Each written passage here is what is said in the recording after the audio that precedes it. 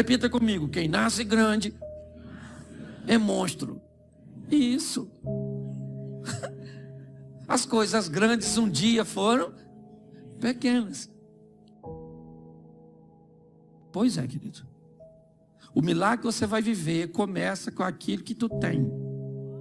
Entendeu? Entendeu? Então coloque o que você tem para rolo. Monte uma estrutura com aquilo que você tem.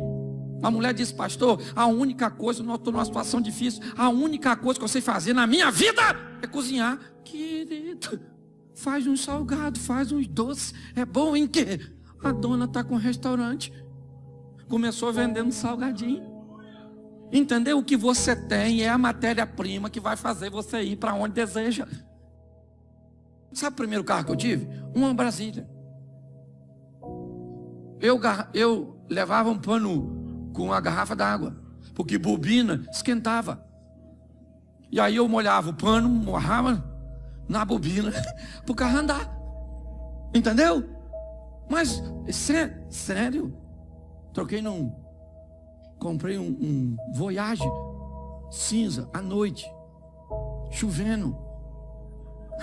O cara me enrolou, ele estava rachado no meio, eu não vi. Levei um prejuízo desgramado. Depois troquei por um Corsa, que é apaixonado por reboque.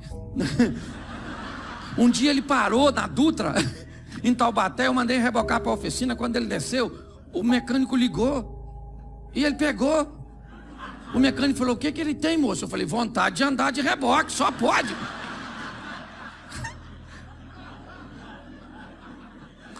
Você acha que a Brasília era o meu ideal?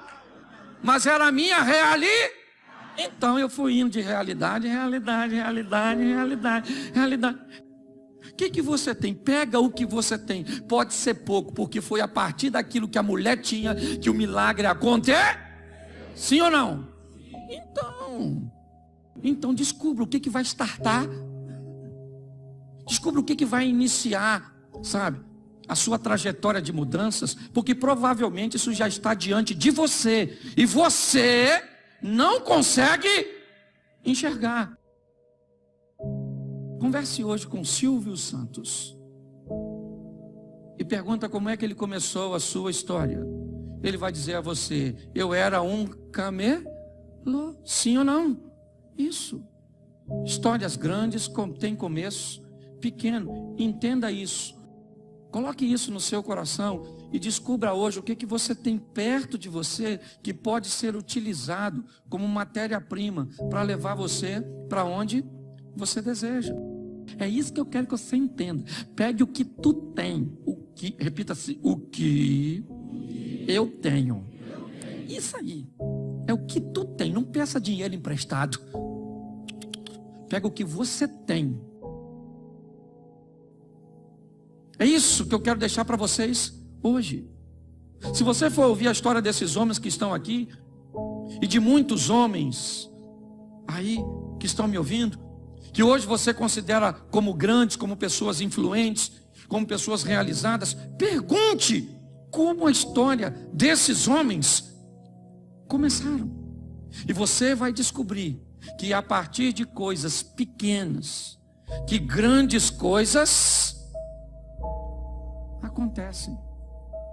E eu tenho muita gente esperando até hoje algo grande acontecer. Não se aproveitam das oportunidades que têm para viverem suas histórias. O máximo que algumas pessoas conseguem é se tornarem mero narradores de histórias alheias. Está na hora de você sair dos bastidores da vida, subir no palco para protagonizar sua própria história. É isso.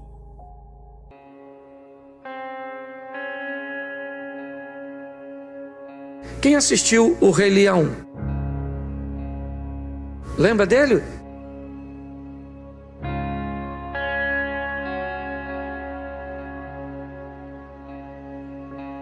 Lembra quando Simba vê Mufasa, seu pai, morrer numa estourada de Gnu?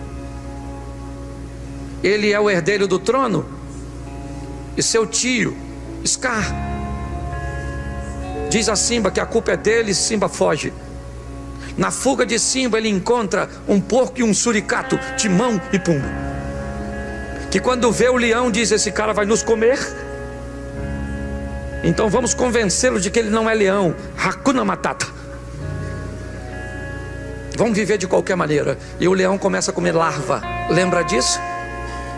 O tempo passou e o macaquinho com um cajado, que devia ser pastor, chega no ambiente e diz a Simba, que agora já é um leão, mas que vive de maneira dissoluta, e diz para Simba: eu conheço você, você é Simba, você é filho de Mufasa, tem um reino te esperando.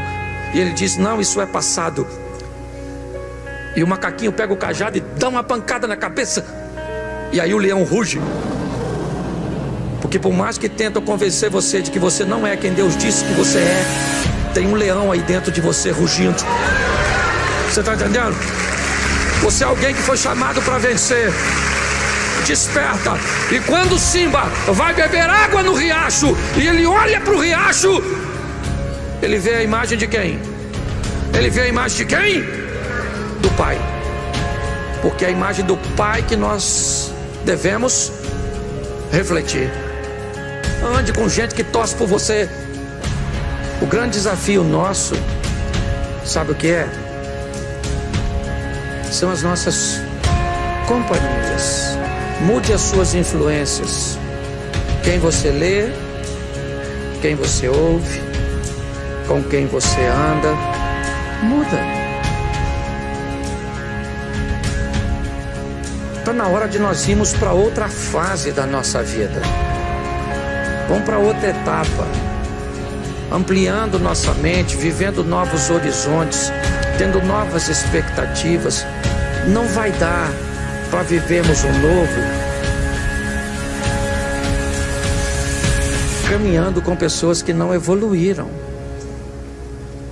Permita que a sua mente vá para outra etapa dessa vida. Mas eu queria, mas não vai rolar. Por quê? Porque houve um jumento antes de tu que se comportou de forma indevida. Hebreus diz que a vida é única. O Salmo diz que ela é curta e rápida.